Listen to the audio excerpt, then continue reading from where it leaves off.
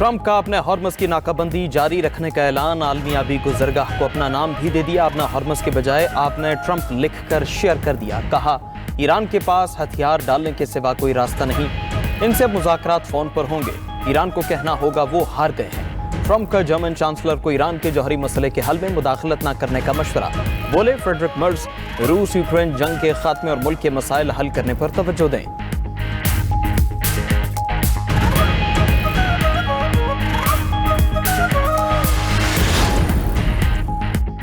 امریکہ نے ایران کے خلاف فوجی کارروائی کا نیا منصوبہ تیار کر لیا، پہلی بار ہائپرسونک میزائل تعینات کرنے پر بھی غور۔ امریکی اخبار کے مطابق سینٹ کام کمانڈر صدر ٹرمپ کو آج ایران کے خلاف ممکنہ فوجی کارروائی پر اہم بریفنگ دیں گے۔ ایڈمرل بریٹ کوپر صدر ٹرمپ کو نئے عسکری منصوبوں پر اعتماد پہ لیں گے۔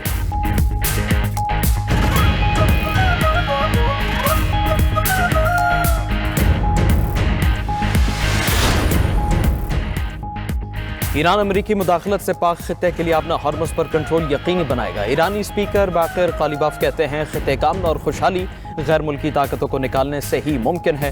ایران امریکی اثر و رسوخ کو کم کرنے کی بھرپور صلاحیت رکھتا ہے۔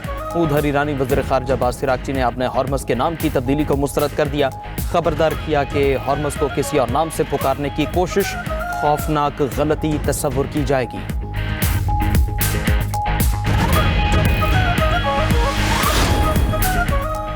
اور وزیر اعظم نے موٹر سائیکل سواروں، پبلک اور گڈز ٹرانسپورٹ کو ملنے والی سبسڈی میں 1 ماہ کی توسیع کر دی۔ شہباز شریف کی بسوں اور مال بردار گاڑیوں کے کرایوں میں اضافہ روکنے کی بھی ہدایت۔ سندھ حکومت کا بھی موٹر سائیکل مالکان کے لیے 2000 روپے کی سبسڈی جاری رکھنے کا اعلان۔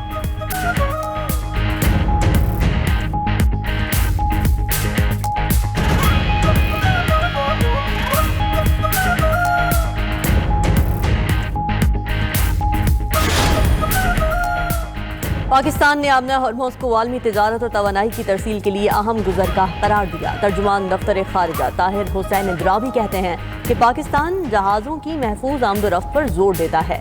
آبنہ ہرموز میں کشیدگی کے عالمی معیشت پر اثرات ہو رہے ہیں، اس کی معمول کی بحالی ضروری ہے۔ امریکہ ایران مذاکرات میں پاکستان کی ثالثی کی کوششیں جاری ہیں۔ امریکہ اور ایران کے ساتھ سفارتی رابطے مسلسل برقرار ہیں۔ مسئلے کے پرامن اور مذاکراتی حل کے لیے کوششیں جاری رکھی جائیں گی۔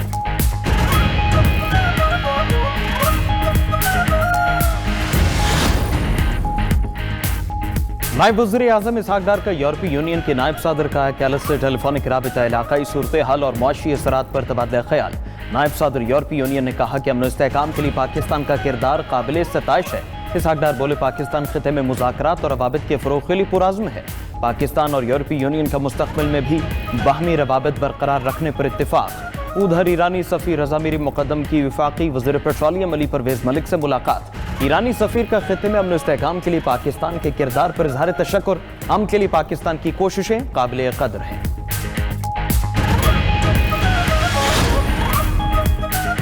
وزیر اعظم شہباز شریف نے اپنا گھر اسکیم کا اجرا کر دیا۔ اپنا گھر اسکیم کے تحت 1 کروڑ روپے تک قرض آسان شرائط پر فراہم کیا جائے گا، جو 20 سال کی مدت کے لیے ہوگا۔ پہلے 10 سال تک صرف 5% مارک اپ لیا جائے گا۔ آئندہ 4 سال میں 5 لاکھ گھروں کی تعمیر کا پلان۔ وزیر اعظم نے کہا عام آدمی کو چھت فراہم کرنا ریاست کی بنیادی ذمہ داری ہے۔ اسکیم کا دائرہ وفاقی دارالحکومت سمیت 4 صوبوں گلگت بلتستان اور آزاد کشمیر تک پھیلا دیا گیا ہے۔ پہلے سال 50,000 گھر، جبکہ آئندہ 4 سال میں 5 لاکھ گھروں کی تعمیر کا منصوبہ ہے۔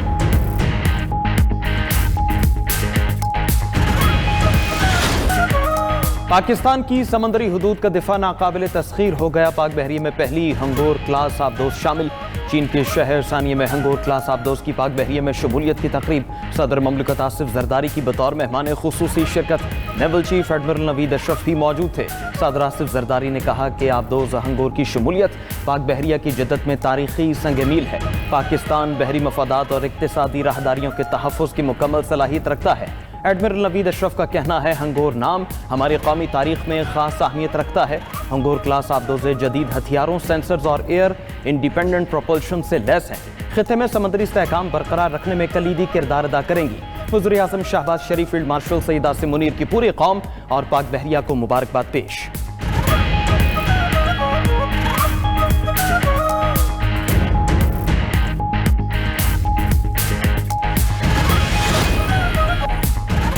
پاسپورٹ دفاتر میں 15 روز تک مکمل کیش لیس نظام رائج کرنے کا حکم۔ نارمل پاسپورٹ اب 21 دن کی بجائے 14 دن میں جاری ہوگا۔ وفاقی وزیر داخلہ محسن نقوی اور وزیر مملکت طلال چودھری کی زیر صدارت اجلاس۔ وزیر داخلہ کی بزنس پاسپورٹ کے اجراء کے نظام کو جلد حتمی شکل دینے کی ہدایت۔ کہا کہ کیش ادائیگی ختم ہونے سے ایجنٹ مافیا کا خاتمہ، شہریوں کو سہولت ملے گی۔ پاسپورٹ نظام کو بہتر بنانے اور عوامی سہولت کے لیے پاسپورٹ اتھارٹی کا قیام انتہائی ضروری ہے۔ بزنس پاسپورٹ کے اجراء سے متعلق امور پر کام تیز کرنے کی بھی ہدایت۔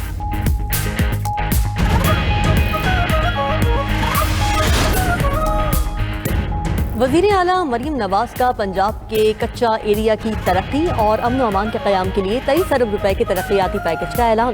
14,500 ایکڑ سرکاری اراضی مقامی افراد کو دینے کی ہدایت۔ کچا ایریا ڈیولپمنٹ پروگرام کے تحت سکولز، اسپتالوں، سڑکوں اور پلوں کی تعمیر بھی کی جائے گی۔ ٹرانسپورٹ اور کلینک آن ویلز کی فراہمی یقینی بنائی جائے گی۔ علاقے میں موبائل ویٹرنری اسپتال اور لیبارٹریز بھی فراہم کی جائیں گی۔ جدید APCs اور پولیس گاڑیوں میں بھی سرویلنس کیمراز نصب کیے جائیں گے۔ 300 طلباء کو ہونہار اسکالرشپس اور 300 کو لیپ ٹاپ فراہم کیے جائیں گے۔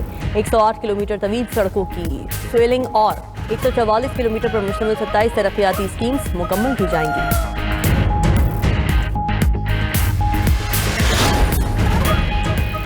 کچے کا علاقہ اب کچا نہیں پکا ہوگا۔ کچے کے علاقے کے لیے ڈیولپمنٹ پلان 23 ارب روپے کا ہے۔ کچے میں گنے کی فصل کاشت کرنے پر پابندی لگا دی۔ صوبائی وزیر اطلاعات عظمہ بخاری کی نیوز کانفرنس۔ کہا پنجاب میں کوئی نو گو ایریا نہیں، سکولز کو اپ گریڈ کیا جا رہا ہے۔ کچے میں 14,500 ایکڑ زمین کاشتکاروں کو مفت ملے گی۔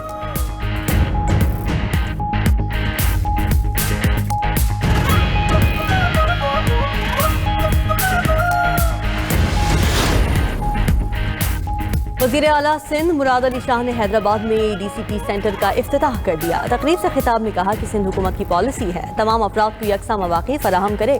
صوبے میں ڈاؤن سنڈروم سے متاثرہ بچوں کی تعداد 1 لاکھ ہے۔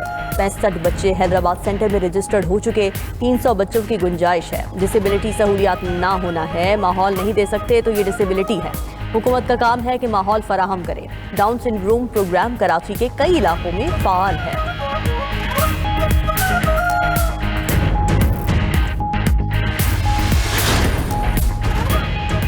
خیبر پختونخوا میں اسٹیٹس آف ویمن کمیٹیوں کے قیام کی افتتاحی تقریب۔ 26 اضلاع میں کمیٹیوں کی تشکیل مکمل۔ چیئرپرسنز کی نامزدگی کے نوٹیفیکیشن جاری۔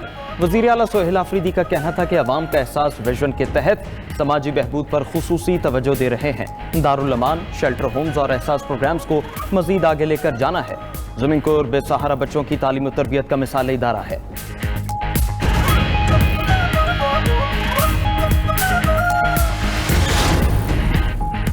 بلوچستان میں پہلی بار ایئر ایمبولنس سروس کا منصوبہ تیار۔ وزیر اعلیٰ بلوچستان سرفراز بگٹی کا کہنا ہے کہ پیپلز ایئر ایمبولنس سروس کا جلد آغاز کیا جائے گا۔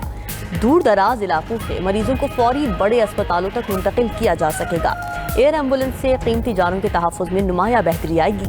حکومت صحت کے شعبے میں جدید سہولیات اور ایمرجنسی نظام بہتر بنا رہی ہے۔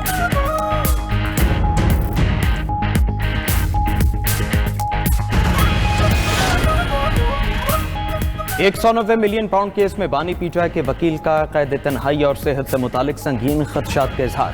چیف جسٹس اسلام آباد ہائی کورٹ نے ریمارکس دیے کہ آپ اپیل پر دلائل کیوں نہیں دے رہے، 10 روز میں اپیل تیار کر لیں، ہم سماعت کے لیے مقرر کر دیں گے۔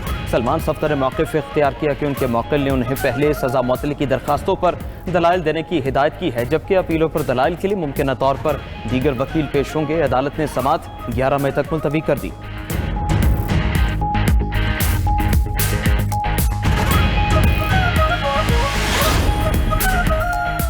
گریڈ 17 کی بھرتیوں کا کیس، وفاقی آئینی عدالت نے سندھ ہائی کورٹ کا فیصلہ معطل کر دیا۔ فریقین کو نوٹس جاری۔ جسٹس حسن رضوی نے ریمارکس دیے کہ گریڈ 17 سے اوپر بھرتیاں پبلک سروس کمیشن کے بغیر کیسے ہو گئی؟ کیا بھرتیاں کرتے ہوئے طریقہ کار فالو کیا گیا؟ لگتا ہے بھرتیوں میں غلطی ہوئی جس کی تصحیح کرنا چاہتے ہیں۔ سندھ ہائی کورٹ نے معاملہ پبلک سروس کمیشن کو ریفر کرنے کا حکم دیا تھا۔